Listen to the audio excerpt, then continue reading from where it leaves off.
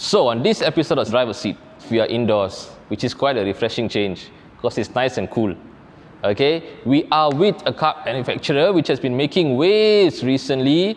First, they announced that they're going to limit all the car speeds to 180, and then they announced that they were going to have 1 million EVs on the road by 2025. And very recently, they also dropped a car off a cliff for safety.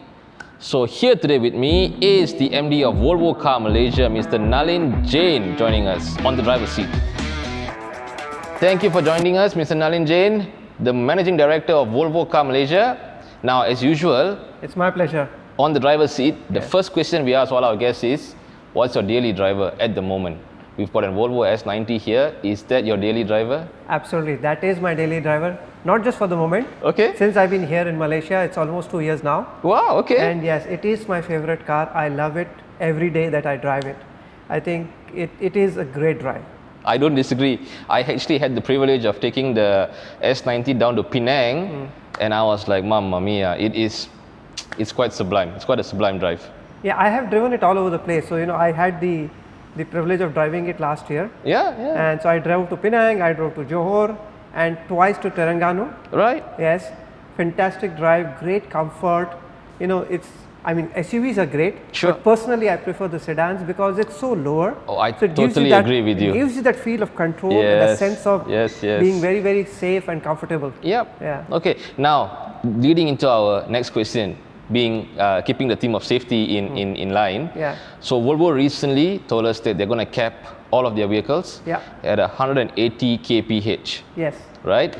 Why 180 kph? How did Volvo arrive at 180 kph? That's a very good question and a very interesting discussion. That's exactly what we want, right? Right, of course. Saying 180, this is what we want is the dialogue. Right. So when we started this car company in 1927, safety has always been our basic philosophy, and it continues to be. And we set ourselves a target that nobody should be seriously injured or killed in a Volvo. Sure. And going forward now towards this mission, what we have done is we have made our cars very safe. We have brought in so many technologies, innovation, right from the seat belt, which I'm missing right now. I apologize for that. I apologize for that. So right from safety seat belt to the various innovations that we have done, the Lambda sound, etc. We have reached a certain level, and now with the research that we have done. So last year we did Project EVA, where we have released all our safety information for all the competition for any research agencies to use. And what we have arrived at is that our safety levels have reached to a certain standard where now to be able to further improve fatalities or reduce fatalities, what we need is 3 more things. Okay. Which is speeding, right, distraction, and intoxication. Okay. So these are 3 big drivers which are being addressed by us. Okay. And by introducing this speed cap, what we want to do is a global awareness and dialogue about speeding. Now, whether 180 is the right level or not, that's a dialogue that we want to have. Because I agree, Malaysia has a speed cap of 120, so nobody is going to drive at 180. No, but this is starting that dialogue that speeding is not safe, speeding is not good, and speeding can lead to fatalities. True. So globally this dialogue, and we want other brands to embrace this philosophy. I suppose, right. So the way seatbelt has become now mandatory. Right. We want to make sure that speeding becomes so aware, people become so aware that this is something that can lead to fatalities, and so people will not do speeding. Right. So I suppose the bigger picture here is that to create that dialogue, and I suppose that 180 that Volvo has come out and said is also open for discussion. Absolutely. Okay. It's a dialogue, it's a starting point. Okay. We feel that beyond 80 is anyway very dangerous. Sure. But there's certain level that we wanted to start with. Okay. Start this dialogue, bring the awareness. Okay. So that we actually move further and further in that goal of safer mobility. Okay. When can we expect to see that 180 cap being implemented locally in Malaysia? Is it already now? It's already implemented. All our cars now have, whatever cars that we are making and selling in Malaysia already have that speed cap. Okay, understood. Now, when you first announced it, even locally, right? So we published the news, we got the news, we announced it. So many people had a lot of comments, typical of Malaysians, right? And I think one sentiment that was more prominent, I suppose, would be the fact that many weren't happy with the 180.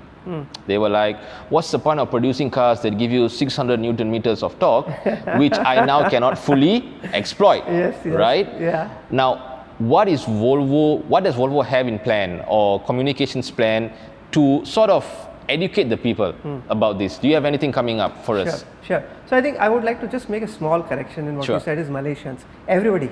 There's people Fair complaining enough. about this all over the world, not just, and we saw the same reaction when we did the seat belt in when we did in 1958, 59. Sure. So terrible idea. Yep. So you would have seen that ad. Yep. So that is our step towards educating the people. So we started this all over the place, whether it is newsprint, whether it is radio, whether it is the digital platforms. We are educating our customers that we believe, based on our research and based on our analysis, this is a very important step to take. So we have started the education, and we have now introduced a lot of training for our dealer partners. So when the customer walks into our showroom, Okay. our sales consultants understand. So we are training them very well to understand this philosophy. Right. So our communication is a strategy across platforms Sure. and across our mediums of communication with Right, them. right. So whether the customer is communicating to a showroom, whether the customer is coming to a website, looking at our ads, Right, so there's everything. multiple layers Multiple of... layers of communication Right. where we are bringing in this awareness, and in Okay. fact we are also talking to government agencies. Sure. Yeah, sure. we're talking to research agencies within Malaysia Yep. and collaborating with them Okay. to do more research to understand that what kind of an impact these measures have on safety, Sure. so that they could also support our initiatives going forward. Okay, brilliant. Now, so from all the education that you've done so far, right? So when people come and meet you at either at the showroom or online, what has the response been so far? Has it been encouraging? Are people open to the idea at least? People are open to this idea, absolutely. People, and like you said, right, there are people who are naysayers, and then but people who really understand immediately. Sure. And as a brand, I think when I look at my customer database, I think as a brand we have had the privilege of actually welcoming in customers who are more traveled, customers who understand diversity, customers who understand the global perspective. So I Right. think we tend to have more customers like that, Okay. who are actually aware of the brand, who are aware of the brand principles and the philosophy. Right. So in that sense, I think the acceptance has been quite good. Right. But of course, we have people, even within our own dealerships, we had sales consultants who had doubts. But that is natural.